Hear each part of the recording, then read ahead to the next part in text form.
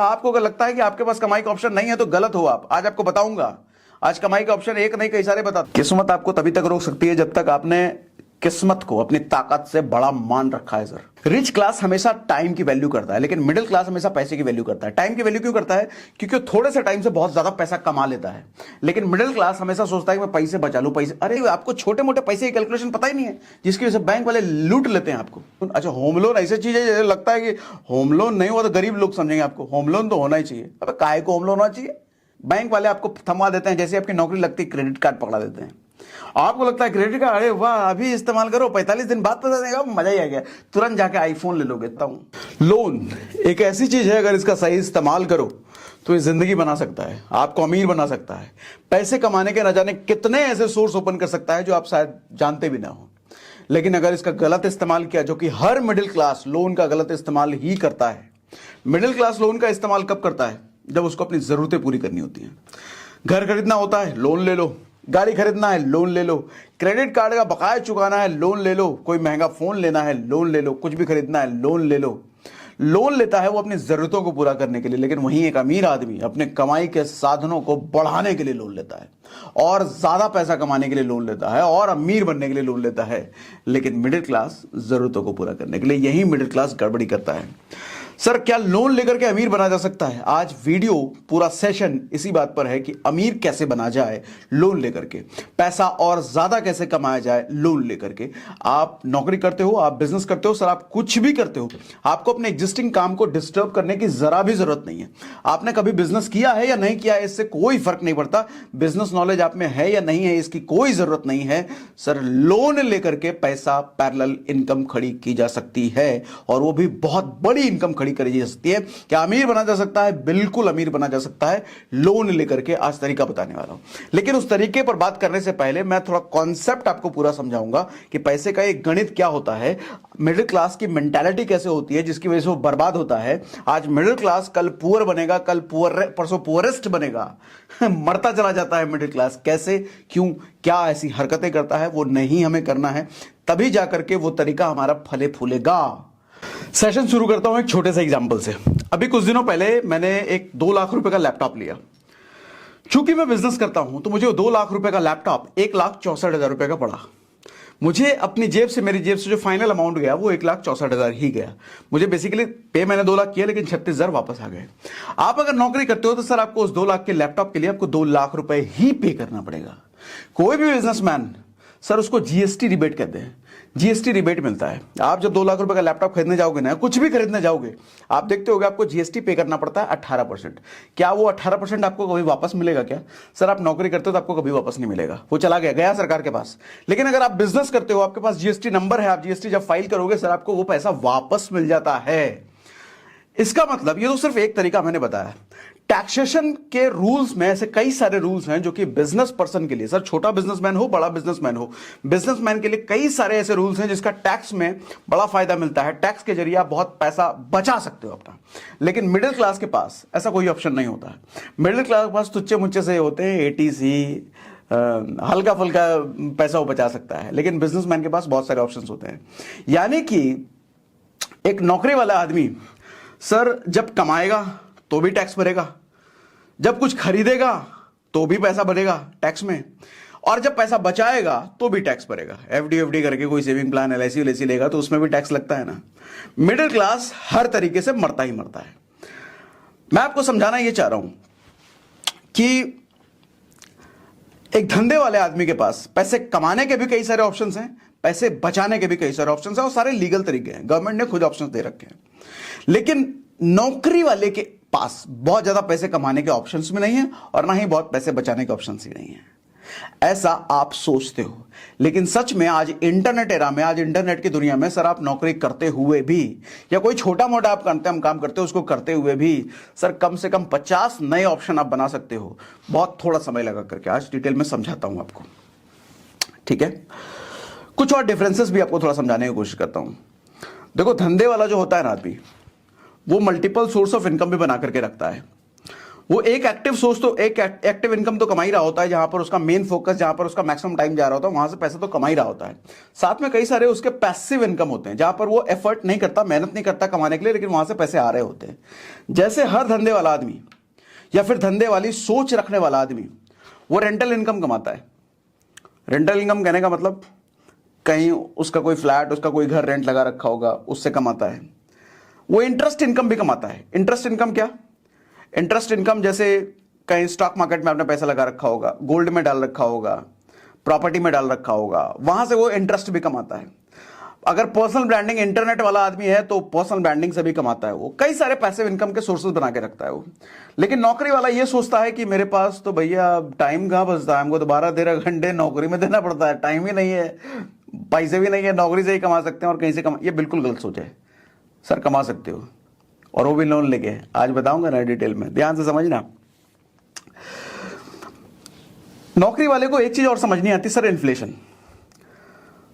Sir नौकरी वाला आदमी ना एलआईसी लेके खुश रहता है, कोई सेविंग प्लान लेके खुश रहता है, एफडी करके खुश रहता है, उसको लगता है बहुत पैसा बच रहा है, बट कुछ पैसा नहीं बच रहा, तुम्हारा पैसा डूब रहा है उल्टा। इन्फ्लेशन का नाम सुना है सर? इन्फ्लेशन आज के टाइम में 7% जा चुका है। इन्फ्लेशन नहीं जानते तो बता देता हूं इन्फ्लेशन क्या होता है।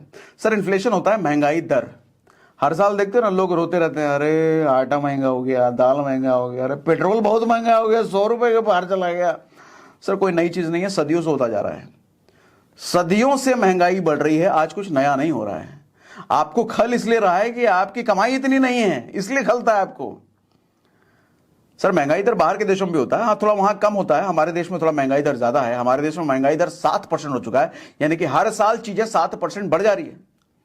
मैंने जब बाइक चलाना सीखा था 2001-2002 में, सर 30 रुपए पर लीटर में पेट्रोल भराता था।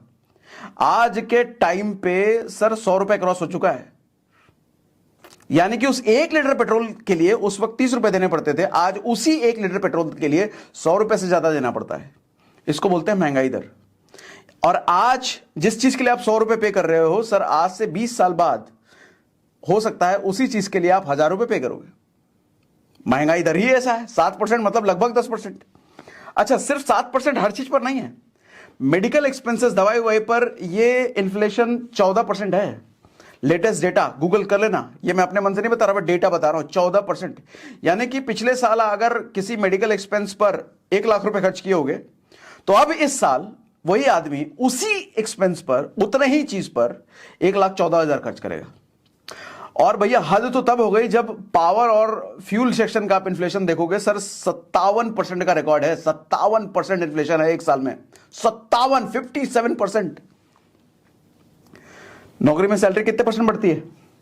10%, 12%। सर मैक्सिमम लोगों तो बढ़ती नहीं है। 3-3 साल से एक ही सैलरी पे काम कर रहे हैं, लेकिन 3 साल से इन्फ्लेशन रुका क्या? सर इन्फ्लेशन बढ़ रहा है, महंगाई बढ़ रहा है, आपकी सैलरी उतनी है, तो गरीब नहीं होंगे। आज का मिडिल क्लास कल पुअर क्लास में पहुंचेगा, कल का पुअर क्लास परसों पुअरेस्ट क्लास में पहुंचेगा। गरीबी बढ़ती जाएगी सर, सोचना पड़ेगा। आज बर्बाद हो जाओगे। कैसे बच्चे पढ़ाओगे, शादी ब्याह कैसे करोगे? 10% के हिसाब से अगर आपकी सैलरी हर साल बढ़ रही है तो भी नुकसान में हो भैया, तो भी गरीब होते चले जाओगे और गरीब होते चले जाओगे।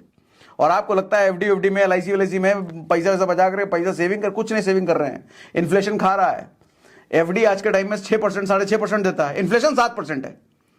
आपको लगता है कि मेरा 1 लाख रुपए साल 5 लाख रुपए बन जाएगा, लेकिन वो 5 लाख जब तक बनेगा तब तक आपका इन्फ्लेशन खा चुका होगा। आपका एफडी अगर 6% के हिसाब से लें, 1 लाख रुपए अगर आपका एफडी किया हुआ है, सर उसको 2 साल बनने में 15 साल लग जाएंगे। 1 लाख आपका 2 लाख बनने में 15 साल लग जाएंगे। 15 साल डबल होने में। और 15 साल में ये 7% के हिसाब से आपकी महंगाई उसको क्रॉस कर चुकी होगी। सर सेविंग प्लान, एलआईसी बेचने वाले या एचडीएफसी का इंश्योरेंस बेचने वाले, किसी भी कंपनी का इंश्योरेंस बेचने वाले, आप देखोगे आपको कभी भी परसेंटेज में बात नहीं करते, कभी भी इन्फ्लेशन रेट तो बात ही नहीं करेंगे। वो हमेशा आपको बताएंगे सर 10 साल तक इतना पैसा दोगे ना तो 12वें साल आपको इतना पैसा मिलेगा। आपको लगता है इतना पैसा मिलेगा, ओ माय गॉड। सर उससे पूछो कितने परसेंट के हिसाब से मिल रहा है। वो कभी बताना नहीं चाहेगा आपको परसेंट के हिसाब से, क्योंकि परसेंटेज वही 6-7% के आसपास आएगी। इन्फ्लेशन वो खा गया, तो आपको लग रहा है कि पैसा बढ़ के मिल रहा है, लेकिन बढ़ के पैसा नहीं मिल रहा। सर खा गया वो पैसा। अब सोचो ना, किसी को 2001 में 29 रुपए उसको मिला होगा पेट्रोल बनाने के लिए, और आज के टाइम में कहीं उसने 29 रुपए इन्वेस्ट किए होंगे, 100 रुपए मिल रहे हैं, तो 100 रुपए में भी तो उतना ही पेट्रोल मिल रहा है। 100 रुपए बढ़ा थोड़ी, 100 रुपए की वैल्यू तो 30 रुपए के बराबर ही है, 29 रुपए के बराबर ही है। इसी तरीके से आज जो 1 लाख रुपए है सर, 10 साल बाद हो सकता है 5 लाख रुपए के, सॉरी ये तो ज्यादा हो गया, आज के टाइम में जो 10 लाख रुपए है सर, 30 साल बाद 20 लाख रुपए की वैल्यू सर 10 लाख के बराबर ही होगी। 10 लाख में उतना, 20 लाख में उतना ही सामान खरीदोगे जो 10 लाख में खरीद रहे हो, तो 20 लाख बढ़ा नहीं, बराबर है। ये बात समझने की जरूरत है सबसे पहले तो। धंधे वाले का क्या है कि वो अपनी इनकम अपने हिसाब से बढ़ा लेता है सर, 200% की ग्रोथ ले लेते हैं वो, 200%। तो 10% इन्फ्लेशन आ भी गया, 7% इन्फ्लेशन आ भी गया तो उसको फर्क नहीं पड़ता, कमाई का ऑप्शन बढ़ा लेता है ना वो। सर सारा सोच का खेल है। आपको अगर लगता है कि आपके पास कमाई का ऑप्शन नहीं है तो गलत हो आप। आज आपको बताऊंगा, आज कमाई का ऑप्शन एक नहीं कई सारे बताता हूं, बस पूरे वीडियो में, पूरे सेशन में बने रहना, भागना मत। इंटरेस्ट की कमाई करता है धंधे वाला, एफिलिएट मार्केटिंग करके कमा लेता है, स्पॉन्सर ऐड करके कमा लेता है, टाइम लेवरेजिंग का पूरा फायदा उठाता है वो। नौकरी वाले को टाइम लेवरेजिंग शब्द ही नहीं पता होता, नहीं पता होता, नहीं बताऊंगा इस सेशन में, गूगल करना है सेशन के बाद। देखो आप को अगर लगता, आप अगर कहते हो ना नई चीज हम कैसे करें, हमें तो आता नहीं है। मुझे कुछ लोग कहते हैं कि सर हमने जॉब के साथ साथ यूट्यूबर बनने की कोशिश करी थी, हमने या एफिलिएट मार्केटिंग करने की कोशिश करी थी, हमने सेल्स का काम करने की कोशिश करी, लोगों ने हमारा मजाक उड़ाया, हमारा 1 महीने हमने कोशिश करी, 2 महीने कोशिश करी, नहीं हुआ।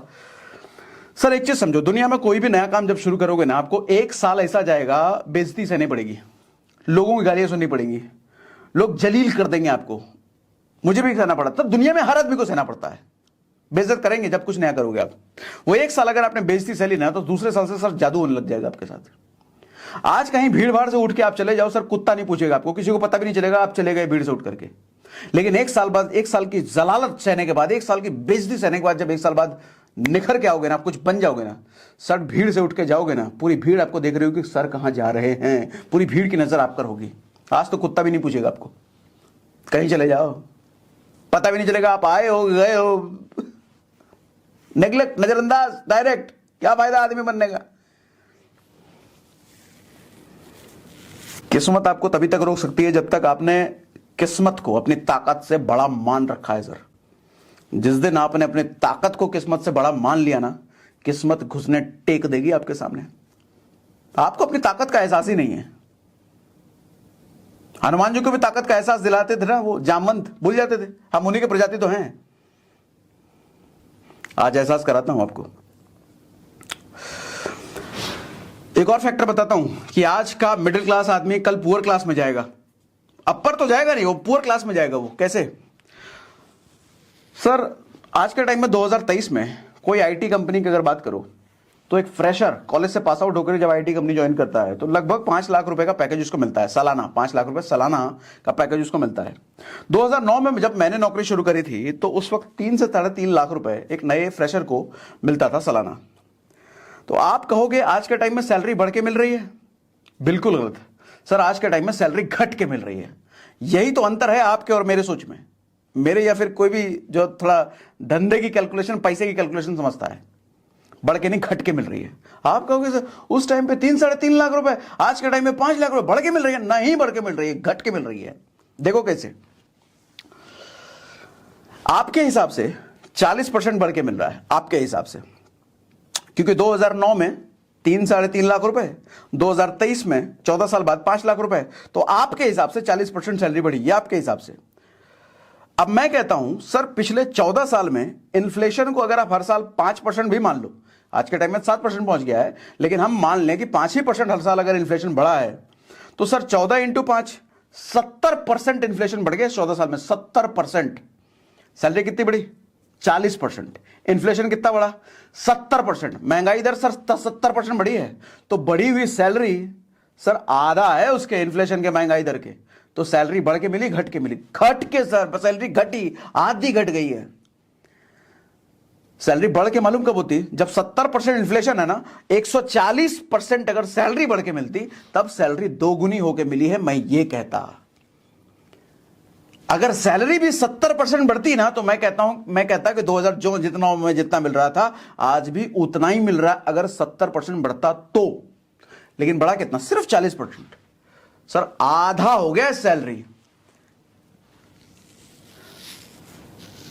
कम सैलरी होती जा रही है, दिन ब दिन सैलरी कम होती जा रही है, दिन ब दिन। तो गरीब तो और गरीब होगा ही ना। ऊपर से कर्जे का जंजाल।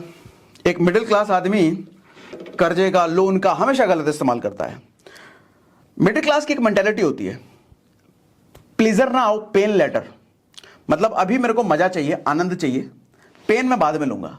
और आपके इस इमोशन का बैंक वाले भरपूर फायदा उठाते हैं। बैंक वाले आपको थमवा देते हैं, जैसे आपकी नौकरी लगती है क्रेडिट कार्ड पकड़ा देते हैं। आपको लगता है क्रेडिट कार्ड, अरे वाह अभी इस्तेमाल करो, 45 दिन बाद पता देगा, मजा ही आ गया। तुरंत जाके आईफोन ले लोगे, तुरंत जाके ये कपड़े खरीद लोगे, जूते खरीद लोगे, चश्मा खरीदोगे, ये वो डिम डा। 45 दिन बाद आपका बिल आएगा 2 लाख रुपए। अरे बाप रे बाप, सैलरी है 30,000 रुपए की, 2 लाख रुपए क्रेडिट कार्ड बिल आ गया। कहां से दोगे?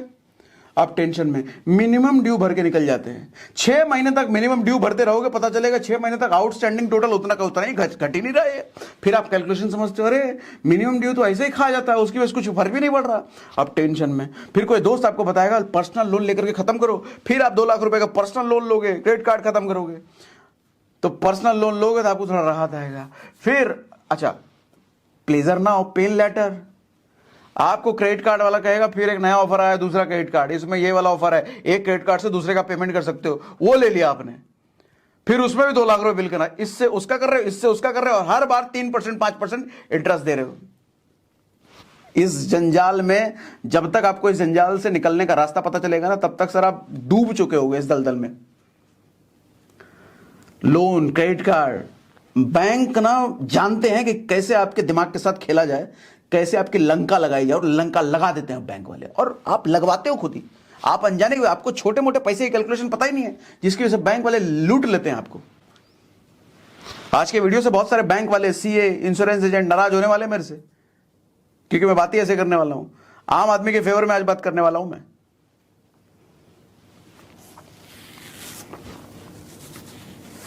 और मिडिल क्लास का सबसे बड़ा ट्रैप, सबसे बड़ा जंजाल में वो कब फंसता है? मुझे लगता है सबसे बड़ा जंजाल में तो अपने घर वाले फंसाते हैं, अनजाने में, चाहते तो नहीं है, अनजाने में फंसाते हैं। आपके दोस्त फंसा देंगे, पड़ोसी फंसा देंगे, कलीग्स फंसा देंगे। सबसे बड़ा जंजाल मालूम, सबसे बड़ा जंजाल कौन सा है? Home loan. नौकरी लगी नहीं कि होम लोन ले लो। अड़ोस पड़ोस वाले कहेंगे होम लोन। अच्छा, होम लोन ऐसी चीज है, जैसे लगता है कि होम लोन नहीं हुआ तो गरीब लोग समझेंगे आपको। होम लोन तो होना ही चाहिए। अब काहे को होम लोन होना चाहिए? जरूरी है ईएमआई पे घर लो, रेंट पे रहो? नहीं, अपना घर तो होना ही चाहिए। काहे को होना चाहिए भाई? लॉजिक तो बताओ। नहीं, अपना घर तो होना ही चाहिए। अरे काहे को होना चाहिए? नहीं, अपना घर तो होना। अरे नौटंकीबाज आदमी तुम, तुम्हें कुछ पता ही नहीं बेवकूफ, तुम तो लुटोगे। डायलॉग पकड़ के बैठा, अपना घर तो होना ही चाहिए। काहे को होना चाहिए? लॉजिक तो बताओ मुझे। अगली जनरेशन बाल बच्चे के लिए क्या छोड़ के जाएंगे? सर बाल बच्चे के लिए आपका फ्लैट छूट के नहीं जाएगा। 100 साल बाद आपका फ्लैट रहेगा नहीं रहेगा पता ही नहीं, वो बिल्डिंग जर्जर हो चुकी है, गिर चुकी है, पता भी नहीं चलेगा। फ्लैटों का कल्चर कितना पुराना है? 30 साल 35 साल पुराना। सर हमारे पापाओं ने, दादाओं ने कभी फ्लैट का कल्चर देखा ही नहीं। उस टाइम तक बिल्डिंगें होती नहीं थी, घर होता था। ये नया कल्चर है सर, पहला जनरेशन है हम जो फ्लैटों का कल्चर देख रहे हैं। ये उम्मीद में मत रहो कि 100 साल बाद आपका फ्लैट बचा हुआ रहेगा। सर गिर के खत्म हो जाएगा, क्या हो जाएगा कुछ नहीं पता। और बहुत सारे साइड इफेक्ट है, नुकसान है, बताता हूं, धीरे धीरे समझना। फिर ये भी ख्याल आता कि प्रॉपर्टी से ही लोग अमीर बनते हैं। अरे प्रॉपर्टी वो जमीन होती थी, वो ईएमआई पे फ्लैट नहीं होता। प्रॉपर्टी से अमीर बनते हैं। मैं कल किसी के साथ बैठा था, तो वो बता रहा था कि उसका एक साला है, और वो साला मात्र +2 फेल है, पास आउट भी नहीं, फेल है। और आज के टाइम में 200 से ज्यादा ट्रक है उसके खुद के, अपने ट्रांसपोर्ट के बिजनेस, 200 से ज्यादा खुद के ट्रक। तो मैं एक चीज समझ पा रहा था कि ये जो हमारे मिडिल क्लास घर के बच्चे होते हैं ना, इंक्लूडिंग हम, मैं भी खुद, और अगर कोई पढ़ाई लिखाई में अच्छा है तो उसका दिमाग सिर्फ एक ही तरफ चलता है, दूसरी तरफ चलेगा ही नहीं। सर दुनिया में लाखों तरीके हैं पैसों कमाने के, बेहतरीन एक से एक तरीके पैसे कमाने के। इतना पैसा कमाया जा सकता है, आईएएस आईपीएस से भी ज्यादा पैसा कमाया जा सकता है, लाखों तरीके हैं। लेकिन अगर कोई पढ़ाई लिखाई में अच्छा है तो उसका दिमाग सिर्फ एक ही तरफ जाएगा, नौकरी की तरफ। लेकिन कोई बच्चा अगर पढ़ाई लिखाई में अच्छा नहीं है तो मजबूरी में उस नौकरी की तरफ ना जाकर के उन लाखों ऑप्शंस की तरफ जाने लग जाता है जहां बेहतरीन ऑप्शंस हैं। तभी तो मैं कहता हूं भैया, आज के टाइम में बच्चे को ज्यादा पढ़े लिखे में तेज नहीं होना चाहिए, नहीं तो किस्मत फूट जाएगी उसकी। सर कितने लोगों को आपने देखा है कि जो पढ़े लिखे में बहुत अच्छे हैं और करोड़पति हैं आज? नहीं होता ऐसा। हाँ, सुंदर पिचाई का एग्जाम्पल मत देना, exception is always there, 1-8% exception होंगे। लेकिन अगर कोई बच्चा आज पढ़ाई में अच्छा है तो आगे चल के सर वो नौकरी ही करेगा। लेकिन पढ़ाई में कोई अगर बच्चा अच्छा नहीं है सर, पता नहीं होगा अंबानी बनेगा या एलॉन मस्क बनेगा या टाटा बिरला बनेगा या कौन बनेगा वो। एजुकेशन सिस्टम अपना ऐसे ही है ना सर। पढ़ाई का महत्व बहुत है, लेकिन पढ़ाई वो चीज जो आपकी जिंदगी बनाए। Physics, chemistry, math, tan theta, sine theta, cos theta पढ़ के क्या उखाड़ लेगा आदमी? हमने बहुत पढ़ लिया ज्योमेट्री, और क्या कर रहा हूं मैं अपने काम में? कोई काम नहीं है उसका। पैसा कमा रहा हूं लेकिन उससे नहीं कमा रहा जो पढ़ रहा हूं, जो पढ़ा था। खैर वो टॉपिक ही अलग है। फ्लैट कभी नहीं लेना चाहिए सर, ये लाइबिलिटी है। दो तरह के फ्लैट होते हैं, एक लाइबिलिटी वाला फ्लैट होता है, एक एसेट वाला फ्लैट होता है। समझाता हूं। 90% लोग जो फ्लैट लेते हैं वो लाइबिलिटी वाला फ्लैट होता है। 90% लोग, आज आपकी आंखें खोल दूंगा अगर ध्यान से समझ गए मेरी बात तो। आसान भाषा में समझा रहा हूं, समझना। 90% लोग जो फ्लैट लेते हैं वो लाइबिलिटी फ्लैट होता है। आपकी जिंदगी खराब कर देगा वो फ्लैट, और खराब करता है। और जब तक आपको एहसास होगा आपके हाथ में कुछ नहीं बचेगा, सारा पैसा जा चुका, बैंक ले जा चुका होगा, पैसा आपका लूट चुका होगा, खसोट खून निचोड़ चुका होगा बैंक आपका पैसा। देखो क्यों नहीं लेना चाहिए फ्लैट। लाइबिलिटी परेशान करने वाला फ्लैट होता है। देखो फ्लैट में जनरली लोग 20 साल की ईएमआई वाला लोन लेते हैं, यानी कि आपका अपना फ्लैट होगा वो 20 साल बाद, तब तक तो बैंक का है। जब तक वो फ्लैट आपका होगा उसकी कंस्ट्रक्शन क्वालिटी पुरानी हो चुकी होगी, उसका डिजाइन पुराना हो चुका होगा, यानी कि 20 साल बाद अगर आप उस फ्लैट को बेचने जाओ सर बिकेगा नहीं। क्यों? आज के टाइम में दिल्ली एनसीआर के पास एक एरिया है इंदिरापुरम। इंदिरापुरम में सर 20 साल पुराने फ्लैट्स हैं। जाकर के देखोगे ना, वहां रहने का मन नहीं करेगा। क्यों? बिल्डिंग जर्जर हो चुकी है एक तो वो, प्लस हॉल का डिजाइन ऐसा है, रूम का डिजाइन अलग है, बैल्कनी का डिजाइन ऐसा है, पसंद ही नहीं आएगा। और आज के टाइम पे जो फ्लैट्स बन रहे हैं वो पसंद आएगा आपको। इसका मतलब जो आज के टाइम पे जो फ्लैट्स बन रहे हैं जिस डिजाइन के, सर 20 साल बाद क्या वही डिजाइन चलेगा? नहीं। अच्छा, आप तोड़वा भी नहीं सकते उसको, परमिशन नहीं है। ऊपर वाला गली आएगा, नीचे वाला गली आएगा, ये क्या हल्ला कर, कुछ कर नहीं सकता, वैसे ही रखना पड़ेगा। प्लस फ्लैट्स की डिमांड कभी कम नहीं होगी। फ्लैट्स की सप्लाई हमेशा ज्यादा रहेगी लोगों की नीड से, हमेशा। और जिस चीज की सप्लाई हमेशा ज्यादा रहेगी सर, उसकी सिर्फ वैल्यू नहीं होती। सर जमीन लिमिटेड है, बिल्डिंगें लिमिटेड नहीं है। सर आज के छोटे शहरों में भी बिल्डिंगें बननी शुरू हो गई हैं। लोग खरीदने वाले हमेशा ही कम रहेंगे, फ्लैट्स ज्यादा बनते रहेंगे, बिल्डर बनाता रहेगा। तो इसलिए आपको बेचने में ना हमेशा दिक्कत आएगी। फ्लैट अगर आप अपने फ्लैट को 10 साल 12 साल बाद बेचने जाओ, हमेशा दिक्कत आएगी, नहीं बेच पाओगे सर, क्या पता लॉस में बेचना पड़े। इसलिए फ्लैट का डील अच्छा नहीं है, फ्लैट लेना ही नहीं चाहिए। अच्छा, कौन सा फ्लैट लेना चाहिए वो भी बताऊंगा। आगे लोग नेक्स्ट जनरेशन के लिए घर लेते हैं और घर को फ्लैट समझ लेते हैं, मैं फ्लैट को घर समझ लेते हैं, वो रहेगा नहीं नेक्स्ट जनरेशन तक। और एक सबसे बड़ा ट्रैप जो फ्लैट लेते हैं लोगों नहीं पता होता है, सर अगर आपने 1 करोड़ का फ्लैट लिया है ना, तो 10,000 रुपए 12,000 रुपए मेंटेनेंस उसका लगता है। मेंटेनेंस क्या? स्विमिंग पूल है, जिम है, क्लब है।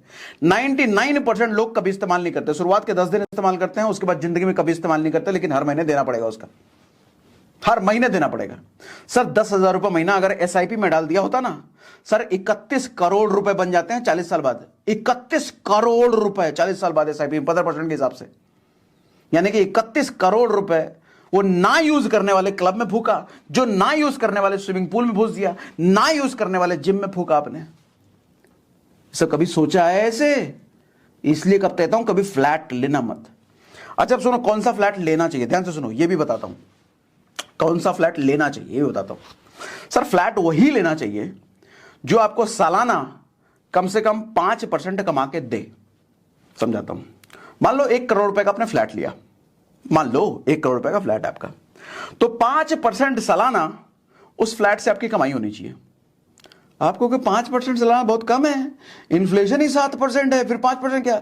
सर फ्लैट में 5% इनफ इसलिए है क्योंकि फ्लैट में आप रह रहे होगे या फिर रेंट पे लगा रखा हो, वो यूज हो रहा है। जैसे बहुत सारे एसेट होते हैं, जैसे गोल्ड को आप यूज नहीं कर सकते, वो रखा रहेगा, वो शेयर में लगा रखा है, उसको यूज थोड़ी कर रखा रहेगा वो। लेकिन फ्लैट प्रॉपर्टी ऐसी चीज है इसको आप यूज करते हो, ठीक है। 5% क्यों मैं कह रहा हूं अच्छा है वो भी अभी बताता हूं, ध्यान सुनो। सर 1 करोड़ के फ्लैट पे 5% का मतलब हुआ 5 लाख रुपए सालाना आपको वहां से इंटरेस्ट आना चाहिए, मतलब कमाई आनी चाहिए। यानी कि महीने का अगर देखो तो 40,000 रुपए मंथली आपको वहां से रेंट आना चाहिए। 1 करोड़ के फ्लैट का अगर 40,000 रुपए मंथली रेंट आ रहा है यानी कि वो अच्छी डील है, अच्छा फ्लैट है, वो अच्छी इन्वेस्टमेंट, ऐसा लेना चाहिए। 20 साल में आपकी प्रॉपर्टी हो जाएगी बिल्कुल फ्री। 40,000 रुपये महीना अगर रेंट आ रहा है तो 20 साल में आपका आपने जितना दिया है उतना आपको मिल गया रेंट से। 20 साल बाद फिर प्रॉफिट ही प्रॉफिट है। अब उस 40,000 रुपए रेंट वाले प्रॉपर्टी में आप खुद भी अगर रहते हो, कहीं और रहोगे तो आपको 40,000 रुपए पे करने की अगर हैसियत है, पे करना चाहते हो, उससे अच्छा अपने फ्लैट में ही रहते हो तो 40,000 की बचत है ना। तो बात एक ही हुआ, या तो रेंट ले लो या फिर रेंट कहीं देने से बचा लो, फायदे की डील है वो। ऐसा फ्लैट लेना चाहिए, ऐसा फ्लैट एसेट है जो आपको 20 साल में फ्री कर देगा। लेकिन 1 करोड़ का फ्लैट ले लिया, पता चले 10,000 रुपए रेंटल वैल्यू है, भैया ऐसा फ्लैट ना लेना, ना ना ना ना ना, वो सर का दर्द है, वो गरीब कर देगा, वो पैसा नहीं छोड़ लेगा वो, ऐसा ना। ठीक है, असली एसेट जो प्रॉपर्टी में होती है ना सर, जमीन होता है। जमीन एक ऐसी चीज है जो कि बढ़ेगी नहीं दुनिया में। भगवान ने जितना जमीन बना के दे दिया है उतना ही रहने वाला है। रत्ती भर भी जमीन आदमी बढ़ा नहीं सकता, चाहे अरबों खरबों रुपए डाल दो, रत्ती भर भी जमीन बढ़ाया नहीं जा सकता, भगवान ने दे रखा है। तो जमीन की वैल्यू हमेशा बढ़ती रहेगी। पॉपुलेशन बढ़ रहा है ना, सप्लाई हर दिन घट रही है, हर एवरी डे जमीन की सप्लाई घट रही है, एवरी डे पॉपुलेशन बढ़ रहा है, एवरी डे जमीन घट रहा है, एवरी डे पॉपुलेशन बढ़ रहा है। जब सप्लाई चीज की हर रोज घट रही है, इसका मतलब सर जंगल में भी जमीन है ना, उसकी भी वैल्यू बढ़ेगी, उसकी भी वैल्यू बढ़ेगी। या फिर अपना घर खरीदो विद जमीन, जमीन के साथ साथ अपना घर। 20 साल बाद कंस्ट्रक्शन पूरा ना हुआ, तोड़वा करके नया बना दो। कोई चिल्लाने भी नहीं आया, क्या ठोक टाक करा रहे हो, क्यों तोड़वा रहे हो? अरे अपना घर है, तुम्हारे बाप का घर है, हम तोड़वाएंगे, कुछ भी करें, भाग से भगा दो उसको। फ्लैट भी नहीं कर सकते, ऊपर वाला चिल्लाएगा, नीचे वाला चिल्लाएगा। अब धीरे धीरे मुद्दे पर आ रहे हैं कि लोन लेकर के अमीर कैसे बने। उससे पहले लोन, एक अच्छा लोन होता है, एक बुरा लोन होता है, पहले ये समझो। अच्छा लोन बुरा लोन समझने के लिए एसेट और लायबिलिटी समझो, ये वर्ड समझाओ, सुना होगा हमने बहुत। मुझे एक बात बताओ, ये तकरीबन 1.5 लाख रुपए का फोन, कोई कॉलेज स्टूडेंट अगर ये 1.5 लाख रुपए का फोन ले रहा है, उसके लिए एसेट है या लायबिलिटी है? एसेट लायबिलिटी में फर्क क्या होता है? एसेट होता है वो चीज जो आपको पैसा कमा के दे, लायबिलिटी वो चीज होती है जो आपको पैसा कमा के नहीं निकाल के देती है। मैं आपसे पूछता हूं, एक कॉलेज स्टूडेंट अगर ये 1.5 लाख रुपए का फोन ले रहा है, उसके लिए एसेट है या लायबिलिटी है? आप कहोगे लायबिलिटी है। सर ये बात अधूरी है, उसके लिए एसेट भी हो सकता है, लायबिलिटी भी हो सकती है। अगर वो कॉलेज स्टूडेंट इंस्टाग्राम पर रील बनाता है और रील बना के हर महीने 10,000 रुपए कमा रहा है, तो 1.5 लाख रुपए का फोन लेकर के वो और ज्यादा अच्छी रील बनाएगा, ज्यादा क्वालिटी वाली रील बनाएगा, जिसकी वजह से हो सकता है उसकी इनकम 25,000 रुपए महीने आने लग जाए। सर उसके लिए फोन लेना एसेट है, क्योंकि उस 1.5 लाख के फोन की वजह से उसकी इनकम 2 गुनी हो गई। सर 6 महीने में 25,000 रुपए कमा करके वो फोन तो उसका फ्री हो जाएगा 6 महीने में, उसके बाद तो इनकम ही इनकम, तो उसके लिए एसेट है वो। लायबिलिटी किसके लिए है? अगर वो स्टूडेंट सिर्फ लड़कीबाजी करने के लिए, लड़की पटाने के लिए, फोन चमकाने के लिए 1.5 लाख रुपए फोन लिया है, फिर वो लायबिलिटी है। सर लड़की पटक भी गई ना तो खर्चा और डबल हो जाएगा, घुमाना फिराना भी पड़ेगा, गिफ्ट भी देना पड़ेगा, वैलेंटाइन डे आया है तो और आज की लड़कियां भी समझदार हैं, ईएमआई वाले आईफोन चमकाओगे ना, लड़कियां भी समझती है ईएमआई भी ले गया है, नौटंकी आज गया, मार के भगा देंगे, भाग यहां से, औकात है नहीं। कपड़े शर्ट पहन रखे हैं 200 रुपए के, जीन्स पहन रखे हैं 400 रुपए के, और जूता पहन रखा 500 रुपए के, और 1.5 लाख का आईफोन दिखा रहे, भागा। समझ जाती है पक्का ईएमआई पे होगा।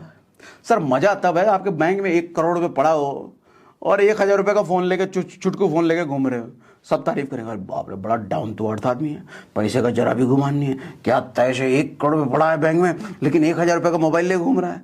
तब लड़कियां चारों तरफ घूमेंगी आपके, अरे हमको पटा लो, हमको पटा लो, हमको पटा लो। तब आप चुनोगे नहीं, तुम ठीक हो, आ जाओ। सर दिखाना है तो बैंक बैलेंस दिखाओ, ट्रेंड बदल चुका है। मोबाइल तो कोई भी ले लेगा वो ईएमआई पर, 1.5 लाख के 2 लाख का फोन मिल जाए ईएमआई पे लेके घूम रहे हैं, चमका रहे हैं, कोई फायदा उससे?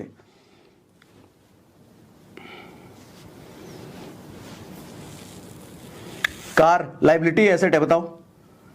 सर कार लिया है अगर पड़ोसी को चमकाने के लिए ना, ऑफिस में दोस्तों को दिखाने के लिए ना, सर वो लायबिलिटी है। हर महीने ईएमआई चूस रही है आपके बैंक से, हर महीने ईएमआई, आपका पैसा खा रही है, लेकिन उसी कार को आपने ओला उबर में डाल रखा है, कहीं ट्रांसपोर्ट में डाल रखा है, जो आपको हर महीने कुछ कमा के दे रही है। अब वो कार एसेट है।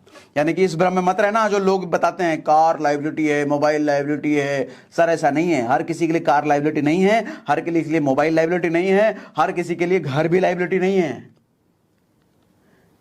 एक घर किसी के लिए लायबिलिटी हो सकता है, वही घर किसी के लिए एसेट हो सकता है। एक मोबाइल 1.5 लाख रुपए का किसी के लिए एसेट हो सकता है, किसी के लिए लायबिलिटी हो सकता है। एक 10 लाख रुपए की कार किसी के लिए लायबिलिटी हो सकती है, किसी के लिए एसेट हो सकता है। डिपेंड इस पर करता है कि आप किस पर्पस के लिए ले रहे हो उसको।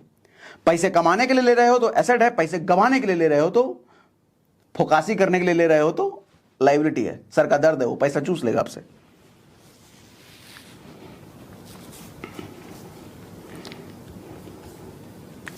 आप समझो मुद्दे की बात। लोन लेकर के कैसे पैसा कमाया जाए, लोन लेके अमीर कैसे बना जाए।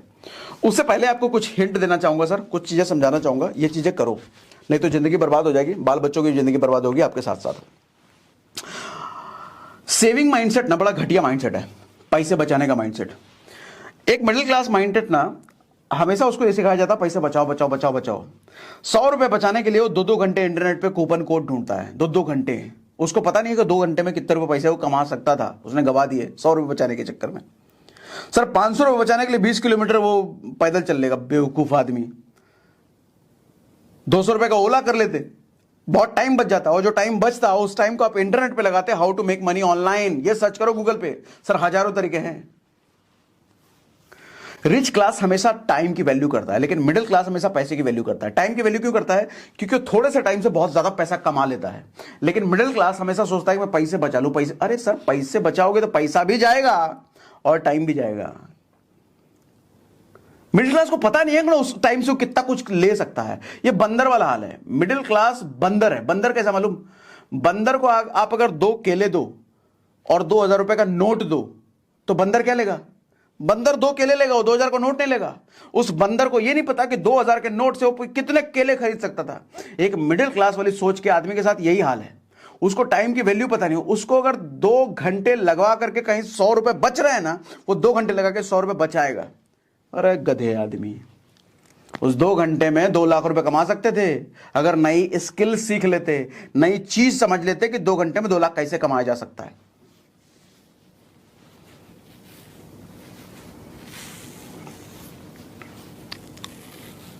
वैसे भी सर, वैसे तो कई सारे तरीके हैं पैसे कमाने के लोन लेके, लेकिन एक तरीका आपको बताता हूं जो सबसे आसान तरीका है। बिजनेस की समझ नहीं है आपको, कोई दिक्कत नहीं। बिजनेस की नॉलेज नहीं है, कोई दिक्कत नहीं। आपके पास टाइम नहीं है, कोई दिक्कत नहीं है। फुल टाइम एंगेज हो किसी नौकरी में, किसी दूसरे बिजनेस में, कोई दिक्कत नहीं है। आप फिर भी यहां से मोटा पैसा कमा सकते हो, अमीर बन सकते हो लोन लेकर के। देखो, सबसे पहले तो मैं कहता हूं कोई दुकान खरीद लो। और किसी ऐसे दुकान खरीदने कह रहा हूं, फ्लैट खरीदने नहीं कह रहा, घर खरीदने नहीं कह रहा, ऑफिस खरीदने नहीं कह रहा, मैं दुकान खरीदने कह रहा हूं। दुकान खरीदने क्यों कह रहा हूं आगे समझ में आएगा। और वो भी किसी ऐसे एरिया में ढूंढो जो डेवलपिंग एरिया हो, जो बन रहा हो, नए नए डेवलप हो रहा हो। मान लो, अच्छा दुकान इसलिए खरीदने कह रहा हूं क्योंकि दुकान जल्दी रेंट पे चढ़ जाता है और दुकान की एप्रिसिएशन बहुत तेज होती है, वैल्यू बहुत तेज बढ़ती है। रेंट हर साल बढ़ता रहता है। ठीक है, एक तो दुकान की डिमांड है प्लस एप्रिसिएशन बहुत अच्छा होता है दुकान पे, इसलिए मैं दुकान कह रहा हूं। अब दुकान क्यों, कैसे कैसे कर लेना है। मान लो 50 लाख रुपए का दुकान है, आपने देख लिया। अब आप कहते हो मेरे पास 50 लाख रुपए तो है नहीं सर, क्या करें? तो 50 लाख रुपए का लोन लो। 50 लाख में 50 लाख का तो लोन मिलेगा नहीं। दुकान 50 लाख का है तो आपको 40 लाख का मान लो लोन मिलता है। 40 लाख रुपए का आपने लोन ले लिया और मैं मानता हूं 20 साल के लिए लिया तो आपकी 40,000 की ईएमआई मान लिया मैंने, लगभग 40,000 की ईएमआई आई। अच्छा, 40,000 की अगर ईएमआई आ रही है, अगर आपने डेवलपिंग एरिया में लिया है तो सर उस एरिया का रेंटल, दुकान का रेंट भी आपको लगभग 40,000 के आसपास मिल जाएगा। वो एरिया देखना पड़ेगा। मैं कहता हूं 40 ना आए, 30 ही हजार आए, फिर भी आप फायदे में हो। 40,000 रुपए पर मंथ आपकी ईएमआई जा रही है, 30,000 रुपए दुकान का रेंट आ रहा है, फिर भी आप फायदे में हो। पूछो कैसे? पूरा कैलकुलेशन समझाता हूं। मान लो ये 2023 है। 2023 में आपने 10 लाख रुपए डाउन पेमेंट किया। 50 लाख का लोन लेने के लिए 10 लाख रुपए आपने डाउन पेमेंट किया दुकान खरीदने के लिए। तो ईएमआई कितनी मिली? 40,000 रुपए। सर दुकान से रेंट कितना कमा रहे हो हर महीने? 30,000 रुपए। 1 साल बाद 2024 में ईएमआई कितना रहेगा सर? 40,000 रहेगा। रेंट कितना हो गया सर? मैं मानता जो 1 साल में 10,000 नहीं बढ़ेगा क्या? 40,000 रुपए अब रेंट आ गया। अब बराबर आ गया ईएमआई और रेंट। 2025 में मैं मानता हूं 10% बढ़ेगा तो 44,000 रुपए रेंट हो गया। ईएमआई कितना, अभी भी 40। 2035 में 10 साल बाद 10% हर साल अगर हम बढ़ा रहे हैं सर, 88,000 रुपए आपको रेंट आएगा। ईएमआई अभी भी 40,000 रुपए रहेगा। हर साल रेंट बढ़ेगा ना, रेंटल वैल्यू एप्रिशिएट होगी ना, तो हर साल 10,000 के हिसाब 10% के हिसाब से 88,000 रुपए आपको 2035 में रेंट मिल रहा होगा और आपकी ईएमआई अभी भी 40,000 रुपए होगी। सर 2036-37 तक जाते जाते, अच्छा जो एक्स्ट्रा पैसा आपको मिल रहा है ना सर, उसको खर्च मत करना, उसको एसआईपी में डालो हर महीने और वहां से भी 12% कमाओ। वो भी आपको 10 साल में बहुत बड़ा मोटा पैसा कमा के देगा। 12% ही गिन लो, 15 भी मत गिनो। तो मैं कहता हूं कि 2036-37 तक, यानी कि अभी से 12 साल बाद आपका लोन पूरी तरीके से चुकता हो चुका है, बैंक को आप उठा करके मुंह पे मार चुके हो, आपका दुकान बिल्कुल फ्री हो चुका है और अभी से 12 साल बाद वो दुकान जो आज 30,000 रुपए महीना दे रहा है सर, आपको 12 साल बाद कम से कम 1 लाख रुपए महीना वो दे रहा होगा। 1 लाख रुपए महीना 12 साल बाद वो दुकान आपको दे रहा होगा। 1 लाख रुपए महीना। सर आप जो कर रहे हो, नौकरी कर रहे हो, 50,000 रुपए करते रहो। 1 लाख रुपए पैरेलल इनकम का सोर्स खड़ा कर दिया ना। अच्छा 1 लाख रुपए को अलग अलग जगह डाल दो, इंडेक्स फंड में एक जगह डाल दो, थोड़ा बहुत एफडी कर दो, थोड़ा कहीं शेयर्स में डाल दो और प्लस 1 लाख रुपए महीना जो आ रहा है, मैं कहता हूं 1 लाख रुपए महीना अगर आपको एक्स्ट्रा आ रहा है तो उस 1 लाख रुपए महीने पर आपको बैंक 1 करोड़ का लोन दे देगी। मैं कहता हूं उस 1 करोड़ रुपए का लोन लेकर के अब 2 50-50 लाख की दुकान डालो। यही प्रोसेस को अगले 10 साल तक चलाओ। उस 2 को 4 दुकान में कन्वर्ट करो। सर कोई भी अमीर आदमी जो बनता है ना, आप देखते हो किसी के पास 10 दुकानें 20 दुकानें, सर ऐसा ही बनता है। किसी के पास बहुत प्रॉपर्टी है, ऐसे ही बनता है। कोई जन्म से इतना प्रॉपर्टी लेके पैदा नहीं होता। वो अलग अलग बात है, अरबों खरबों के पिता से मिलता है, अलग बात है। लेकिन आपको अगर पिता से नहीं मिला फिर भी आप बना सकते हो। आप कहोगे सर तब तक तो जिंदगी खत्म हो जाएगी। अरे जिंदगी इतनी कम नहीं है, जिंदगी 70 साल तक तो जियोगे, तो भीख मांगोगे तब से तब तक। ऐसे जो रगड़ रगड़ के जिंदगी, कीड़े मकोड़ों की जिंदगी जी रहे हो, ऐसे नहीं जीना ना, अच्छे से जीना है ना। मैं कह रहा हूं 12 साल बाद पैरेलल इनकम खड़ी हो, दुकान की दुकान आपकी है।